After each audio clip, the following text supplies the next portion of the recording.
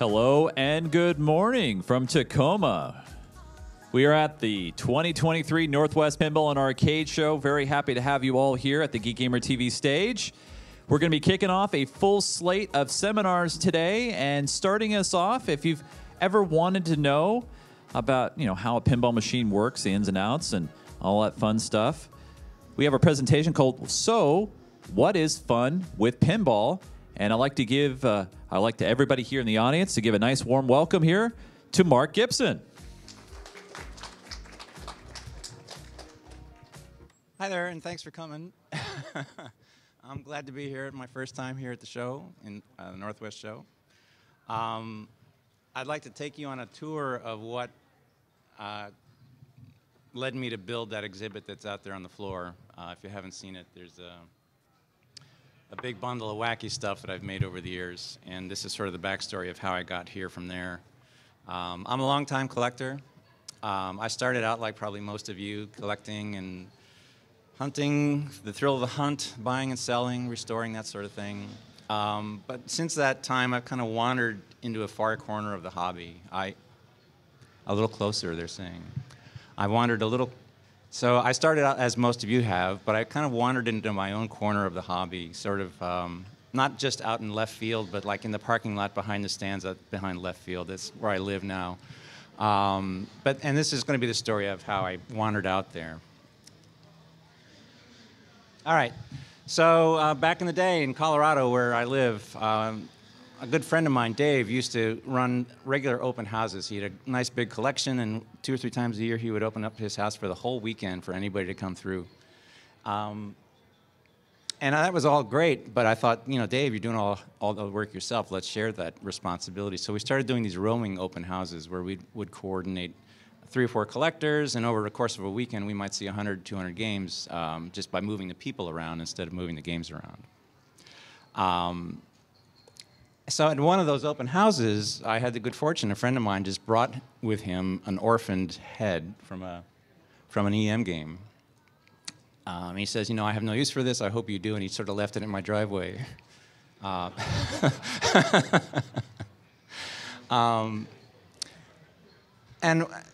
here I was. What was I going to do with this? It was too good to throw out. You can see the back glass is kind of ratty, but the rest of it was perfectly good working order. And at about that same time, I was getting curious about microcontrollers. And it took me a while, but I put the two together, and I thought, well, I could build a clock out of this. I could just have it show me the time using a microcontroller. And if you haven't seen it, it's out there on the floor. It'll be plugged in this afternoon. But my idea was I'll build a clock. I don't want to use any batteries, or I don't want to have to set the time. I wanted to figure out what time it is by monitoring the radio broadcast for the time. So I set to work. I learned about microcontrollers for the first time. I cleaned and scanned the back glass, scanned and cleaned up the scan of the back glass. So I learned a lot about Photoshop. And then I designed the circuit and spent a disproportionate amount of time debugging that circuit. Because it turns out all the arcing on all the switches plays havoc with the radio signal that you're trying to receive. So this project became, it ended up I got it working, and I was proud of it. I wrote it up in Game Room, and I took it out to the Pacific Pinball Expo, the 3rd one. And I set it up, and I plugged it in, and I was all excited to wait for it to pick up the signal and show the time, and nothing, bupkis. It didn't work at all. And it turns out that the radio signal I was relying on, broadcast right near my home, doesn't reach the coast during the day. It only reaches the coast at night. So one more thing to learn on that journey, right? It's not so much about the final product, but it's about what you learn along the way, right? I learned way more on putting that thing together than I thought I would. So there it is. A short while later, maker fairs were becoming a thing. Creative people were getting together all over the world and sharing their ideas and showing off things that they had built and trying to inspire each other. It wasn't just the people who were printing things with their 3D printers. It was the people who were building their own 3D printers from scratch, right? There's just an outrageous amount of creativity.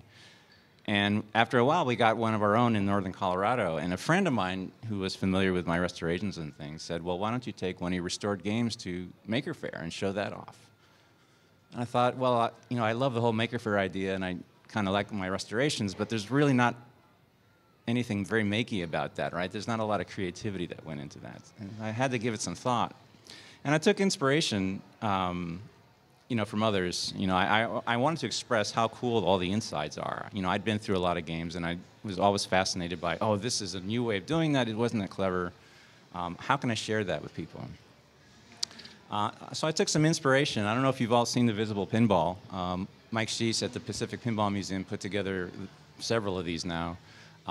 And that was a fabulous idea, but way out of my league, right? I mean, he's in the major leagues. I was in the minor leagues. There was no way I was going to reproduce this.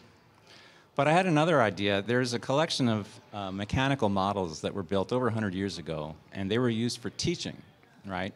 And the beauty in these models, to me, is that if you spend a minute, you can probably figure out how all of these work, right? Just visualizing in your head, if you turn the gear, turn the crank, or whatever, you can sort of imagine how this thing would come together and how it would operate. And that, I thought, was key. I really respected the fact that you could teach yourself, you could visualize it, and you could pick it apart in your head. And if you could actually touch these, you could confirm your theory or experiment a little bit. I don't know if anybody recognizes the one in the bottom right. That's called the Geneva wheel. That's actually used in the gumball machine in Twilight Zone. So the motor turns around, and it drops the ball at a certain point, and the rest of the time it sits still. So it's a way of converting rotational motion into a sudden linear motion. These were simple, elegant, self-explanatory. That was the kind of thing I thought maybe I could approach, right? So I started simple. I've been restoring for a while, and I've been saving all my old parts. I don't throw anything away. And I had some scrap plywood and some bits and bobs here, deck screws and things like that. So I started putting together a few of these things to see how they would present, And it wasn't, for me, it wasn't about the finish or the shine on the thing. It was more about how transparent it would be. How much could I show you just with the mechanism, not distracting you with lots of flash, right? And I wanted them to look old, so I tried to use cloth wiring and original parts wherever I could. And the big black button was meant to be, only touch the black button, don't go reaching in back in there. So I cobbled together a bunch of these for this maker fair of mine that was local to me. And I packed them up, and I took them and set them up, and they loved it. I had a small booth, and it was packed for the whole weekend. And, and most people walk by and they want to hit all the buttons and make all the noise and they move on to the next shiny thing. But there's a minority of people out there who actually take the time, they get down on one knee, and this guy on the right, he's my champion, right? This is the guy I'm after. He's down, he's explaining it, he's totally engrossed, and for 5 minutes I have his attention, right? As he's explaining it to somebody, he's figuring it out himself, right? And it's not for me, it's not about the pinball. I don't really care if you enjoy pinball or are curious about pinball. What I'm trying to do is spark that curiosity. Right? If you spend 5 minutes and figure out one of these things and you think, oh, I got it, that makes perfect sense, right? I figured that out. Well, take that curiosity, that aha moment, and stick it on whatever interests you. Stick it on, baking or car mechanics or, AI, whatever floats your boat, right? Just take that curiosity and pursue it. Don't be afraid of the path to get you there, right? So it grew and grew. I took it to more maker fairs. I took it to science festivals. For me, a highlight was the Bay Area Maker Fair in 2017. I exhibited with Pacific Pinball Museum and a few other folks. And there were over 100,000 people who came through that fair that year. So I had quite an audience, and it was chock-a-block all weekend. And they actually gave me a couple of ribbons at the end of the day, which was pretty cool. After that, I collaborated with the Pacific Pinball Museum, and we set up a science exhibit at the Chabot Science Center in Oakland, California. It was there for most of the summer. And that other picture with the silhouettes, that's actually one of my things in an art show of all things. I was encouraged to apply for an art show, and I got in and actually sold the thing. It blew me away. But I've actually taken these things to libraries and other places that you might not think of. This is a game somebody gave me. He was going to retheme it and repaint it and do all sorts of crazy things with it, and life happened and he didn't get to it. So he gave me the game with his sides cut out. And I thought, well, if I take all the plastics off and take the back off and put some Lexan in there, it's a poor man's Visible Pinball, isn't it, right? I mean, but it gets your attention, and it might draw you in to look at the other pieces in more detail. But one thing I discovered about maker fairs, right, is that I don't have your attention. There's very few teachable moments. And if my intention is to actually get you to pursue something and study it for a few minutes, I need more than 5 minutes of your attention, right? So I developed a workshop that I started taking to maker spaces and libraries and things. 90 minutes, I take 8 or 10 of those things that I've built, and I walk you through them. And it's not about the pinball. It's not about here's how a pinball machine works. That's just the eye candy and the hook to get you in. What I'm more interested in about is teaching you, well, start small and understand the fundamentals, and then you can build more complicated things out of that, right? If you can understand the simple pieces, like for addition, right? When you add 2 numbers on a piece of paper, you don't add all the digits at once. You pick one column, add those numbers, move to the next column, add those numbers, right? You break it apart into bite-sized pieces. That's the same kind of thing I'm trying to do with my hardware here. And so the next logical step for that, after the workshops, that's great for 90 minutes, but I started to get an appetite for it, and I put together a repair class. And so now I have a 2-day hardcore deep dive electromechanical pinball repair class. And by the end of the second day, most people are completely overwhelmed, and their eyes are sort of big and buggy. But they've got a nice workbook to take home and read their notes through.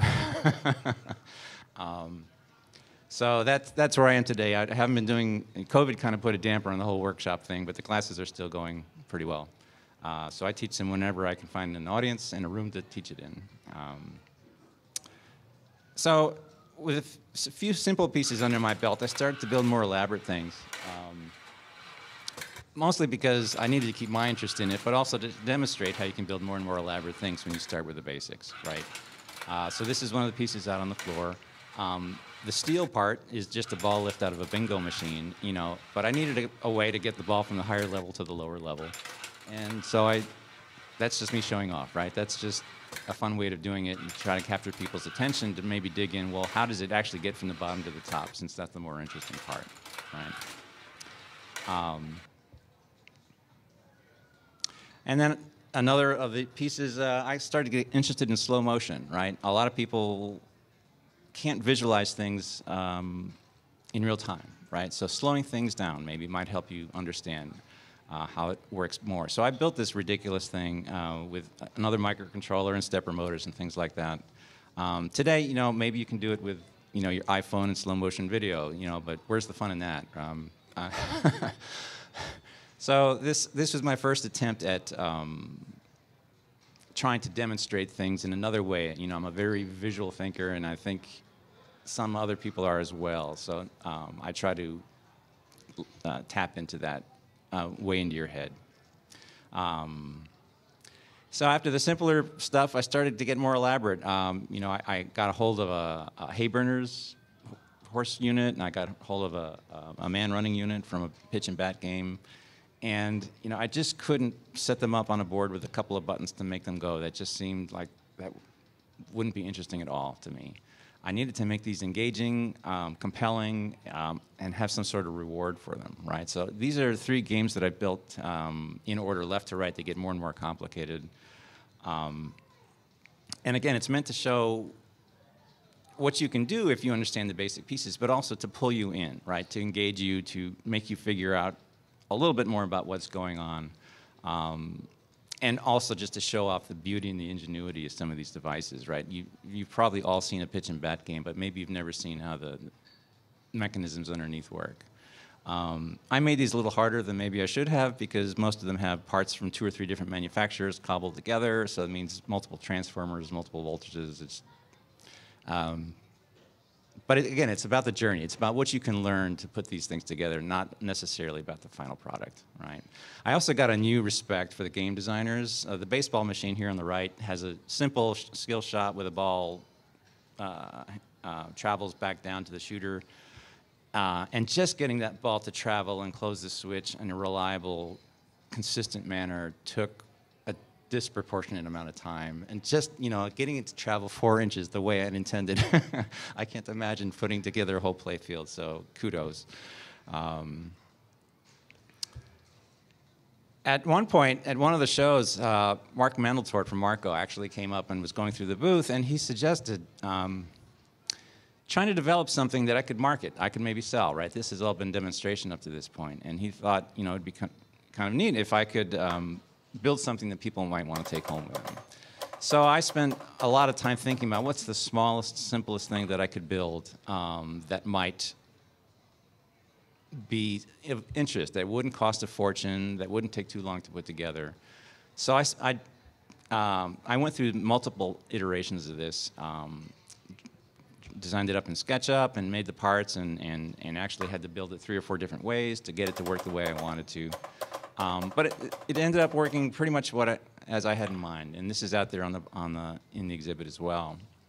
And I learned a ton about, you know, minimizing the numbers of different parts and, you know, reducing the costs and trying to find common, you know, the first prototype, you know, everything was unique and every screw was different, and that just took forever to assemble. And I managed to whittle that down and get it a bit better and more producible. But in the end, I decided not to take it any further. I've got it where it is, and I'm happy about it, but it's not something I need to start marketing because assembling this thing is just a monster. Some of the other interesting stuff that came my way, the Denver Center for the Performing Arts a few years ago did a production of Tommy, a brand new production, new director. They had trapdoors and elevators, and it was a big, big, elaborate set that they had built for it. And they actually went on Craigslist and bought themselves a pair of EM games that they wanted in the show. And to their credit, they didn't just build a couple of plywood boxes and put lights in them and push them around the stage. They actually wanted the real games, and they wanted to control them from the light booth, right? Everything in a theater production needs to be on cue, right? I can't have my lead actor go up and try to play a game. It would be different every night. But if I could have him walk up and then hit the 50-point button and hit the game over button and hit the stepper button from the control booth, then it's the very same production every night, right? But the problem was, one of the problems, was that these things were on wheels and were part of the choreography, and they moved here and there and moved around the set during the production. So they reached out and asked if I could help them figure out how to do all this. And after a couple of visits, we ended up with, we put car batteries in the games with inverters.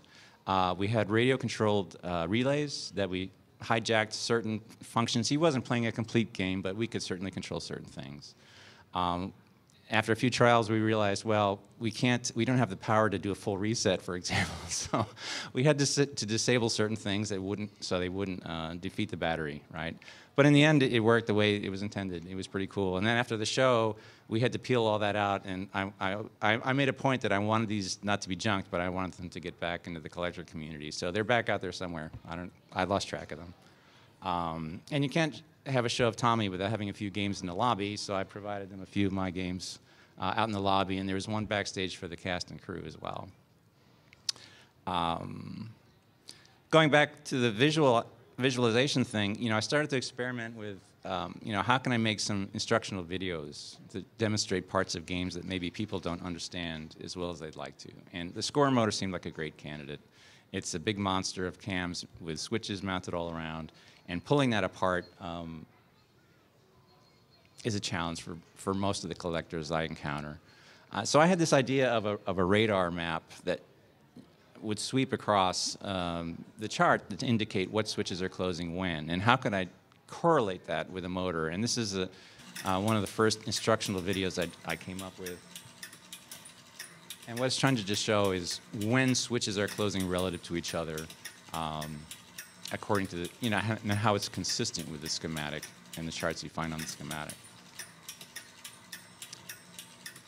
And all these videos and everything I'm showing here is available on my website too, if you want to follow up at all. Another idea I wanted to express was how, you know, electricity translates to magnetism, right? We all know it's electromechanical, and it relies on magnetism to actually do anything. So I had to learn a new tool, Blender, I used to try to show what happens when you send electric current through a loop of wire. And you end up with this magnetic field in blue that gets concentrated inside the loop. And I thought if I could show how it gets concentrated, maybe that might get some people through another knothole in their understanding, right?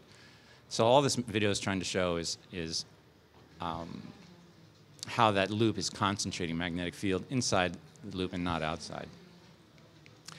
And this is all covered in great depth in the repair class. But there are a few companion videos that go with that on the website. Something else that is popular for EM collectors is they like to peel coils, loops of wire off of their coils to make them a little stronger. And I thought about that, and I never really read a good explanation of why that works. And it does. It turns out that it does work, but it's not as straightforward as you thought. So I set out and did an experiment where I wanted to measure the average strength of a coil and then reduce the number of loops and do that again and again and again and again and see how far I could take it. And to get an accurate measurement, what you have to do is actually take the average of a number of kicks. The way AC coils work is, since the voltage is changing constantly, you can't always start at the same point on that voltage curve. So you need to take an average of a number of kicks to figure out how strong the coil really is. And that green arrow there is trying to show you how strong you get. And then you go back and you take a number of loops off and you repeat the experiment. And it turns out that, yeah, it does make your coil stronger by removing loops, but it only to a certain point, because if you take that to the extreme and you're left with one loop, you're not going to get anything done with one loop of wire, right? And it turns out that the trade-off is that, sure, your coil gets stronger for a little while, but it also gets much hotter, and it overstresses your transformer, does all sorts of nasty things because you're drawing so much more current than you're intended to. In my never-ending quest for teaching, I built a kit of basic components, relays and whatnot, switches, light bulbs, things like that. The idea being that I could try to teach a circuit design class with the relays. I could have example basic circuits that you could build with alligator clips and see them working and whatnot. I also thought perhaps, I could take that game with the sides cut out and put some ports on the side and maybe add new features to the game. Have the students design a simple extra bonus or extra ball or something and build the 3 or 4 relays they would take to pull that off with these things. That's another thing that's kind of a dead end. It was fun to build, and I do use it a little bit, but it didn't take off the way I thought it would. But that's fine. I don't know if anybody's familiar with Pinside, but I spend an awful lot of time on Pinside in the EM Tech section. I like answering questions. Some people like doing crossword puzzles. I like troubleshooting, and I do a lot of it online, as it turns out. And the clues are, this is the game, and this is the misbehavior, and what do I do next? And with that, I have to, often a game I've never seen, I have to go find the schematic, figure out how it was meant to work, explain that, and then zero in on what the likely problems are. And I try to give a little background. I try to not just answer the question, clean that relay. That's not very helpful, right? But if you understand why it's not working and how it's supposed to work, I hope that, for the person who's trying to solve their issue, that kind of thing might help. So also on Pinside several years ago, the story of Magic City came up. And it was a story I had heard before, but I'd forgotten all about. But it turns out that Norm Clark, when he designed Magic City, he wanted to put a color wheel behind the back glass. And the color wheel was cut for expenses, maybe for complication, who knows, but it never made it into production, even though the fountain in the center of the back glass is frosted and it has some flashing bulbs behind it. That was the compromise they ended up with. Well, that story reminded me, on Pinside, it reminded me that, he had intended to do that. And now, in the age of microcontrollers and adjustable LEDs, it's a pretty straightforward process to build something that would look like a color wheel. So this is what I ended up with. That's out on the floor as well. You're welcome to have a look and play with it with your phone and change it around. That was another thing where, I had to learn a whole bunch of stuff about color theory, and it's not as straightforward as I thought going in, and Wi-Fi and web pages and all sorts of other stuff that went into this project. Another great learning experience for me. Something else I ran into online, there was an interview with John Osborne at one point, talking with Wayne Nyans, and he mentioned that there was, he mentioned some things about the wire colors used in EM games at Gottlieb. And it turns out they had racks of wires, very specific colors in a very specific orientation. So they were 6 across and was it 8 or 10 or 12 down in this big matrix of wires. And they didn't use them randomly. It turns out that they took the assembly process into account, right? So if you're assembling a device with 10 or 12 wires, rather than picking 10 or 12 wires at random off that rack, they would try to pick 10 or 12 wires in a row. So the assembler would just pull one after the other, and it sped things up, right? The manufacturing consideration. And so I tried, working through email, we tried to reconstruct this table. He was working from memory and trying to remember, and we got most of it. There are a couple of blanks here, but this is mostly, we think, a complete chart of the Gottlieb wire colors. And if you look at, for example, the score reel on the left, if you look carefully at the wire colors, you can see that they used the first row and a half right off the grid just to wire up this score reel. So somebody's job it was, right, to assemble these boards, pulled off the first 8 or 10 wires right off that chart. I recently came into a 1930s World Series, Rock'n'Roll World Series game, and come to find out that they're not terribly well documented. Games from the 30s, there are lots and lots of them. There were hundreds of manufacturers, but there's not a lot of surviving documentation. And I traded for a kit. Nate at Buckworks and I were trying to think of a way to show just how remarkable the mechanism is in that game. And the idea was that we would try to build some sort of a clear version of that so you could see how the ball is traveling underneath the playfield. Turns out that getting that to work properly was way beyond my chops. So we weren't going to be able to pull that off. But I did decide that I could do a really good job of documenting how this game goes together and how it works when it's assembled. And so I spent a lot of time taking photographs and making videos of the way the thing works. And this is an example of the kind of thing I ended up with on the website. It turns out there were over 60,000 of these things made, so there's still a lot of them out there, and there's still a lot of them being restored. And so this is my contribution to the 30s collectors out there, hoping to help them to get them going. The problem is now that people think I'm the expert. Because I did one and I made a web page, suddenly I'm the expert. So I get questions I have no idea how to answer. But it's a start, right? It's some way to get people going. Another thing I spent some time on in recent history is trying to find another way to walk people through schematics and show them how sequences of events come together. It's hard enough to understand a schematic, but when you talk about things happening in a specific order or things dependent on other things, then that's another level of complication.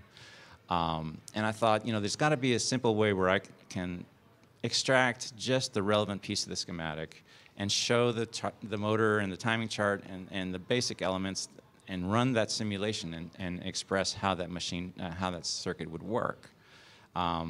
So after quite a bit of effort, this is the kind of thing I've come up with where you might recognize the radar thing on the timing chart, but it's also showing you the schematic, and the green is showing you what parts of that schematic are actually conducting electricity. As the switches open and close, it's showing you which paths are being exercised and what's working and what's not. This is a simulation of score reels resetting during the game startup. Right, so they start off at 976, and over the course of an iteration or two of the score motor, they all come down to 0. And by generating these videos, you can single step through them or jump to the next change and take your time and absorb this at your own pace. And I think the last thing I want to point out is something we've started doing, maybe 3 years ago now. I had been volunteering at a repair clinic in my area where every month or two we get together and the public is invited to bring their broken things and we try to help them repair them. So we see a lot of toasters and lamps and sewing machines and lawnmowers and things like that. The intention is not just to keep things out of the landfill, but to teach people not to be afraid and to try to see if they can fix it, right? It's not a repair clinic in the sense that bring it to us and 2 hours later we'll have it ready for you. It's no, here's the tool, this is probably what you want to take apart, this is how you're going to get inside there. And collaboratively we try to get them through repairing whatever thing they brought in. And we have a success rate maybe 50% or whatever, but the people who walk out with a working thing are pleased as punch. And even the people who we couldn't get it going, they learned something, right? And they were like, they're interested enough to pay attention and follow through. Well, when COVID hit, that whole thing went online, and I was skeptical that we could do that online. But I watched one or two, and it actually worked way better than I thought. And I thought, well, why couldn't I do that for EM games, EM pinball? So I recruited a few friends to help me out, and we started this EM pinball online repair clinic. Every month or so, we solicit questions from people on our mailing list, and they're welcome to send in a question. Here's my game, here's the problem I'm having, and we gather 3 or 4 or 5 of those together, and then we hold a video conference. And the folks that have asked for help are all set up with their cameras, and they can show us what's going on. And then we have an audience of 2 or 3 dozen people watching, trying to build up their chops, trying to learn. They're welcome to answer questions as we go through. And it's taken off. I wasn't sure how it would go, but I've been at it for about 3 years. We've done over 40 clinics now. One memorable clinic, we were debugging a game in Switzerland with coaches in the U.S. and Australia, and so that, and people were watching in the UK and Canada and all over the U.S. So that was a particularly international episode. But we have a reasonably good success rate at getting somebody going, or at least getting them to the next step, right? Getting through that knothole, getting to the next step. So it's all about getting people over that hump of being afraid of this problem or afraid of taking something apart, okay? So that's how I ended up out there past left field with all this goofy stuff that I haul around from show to show. I'm happy to take questions, but other than that, that's all I've got. So thank you for coming. I appreciate it. And everything else I've talked about, everything is available on on the website. You're welcome to join the clinic anytime or come out and see the exhibit on the floor. Thank you. Oh, I'm supposed to encourage people to use the microphone if you're able. It's behind you. Or I can repeat your question.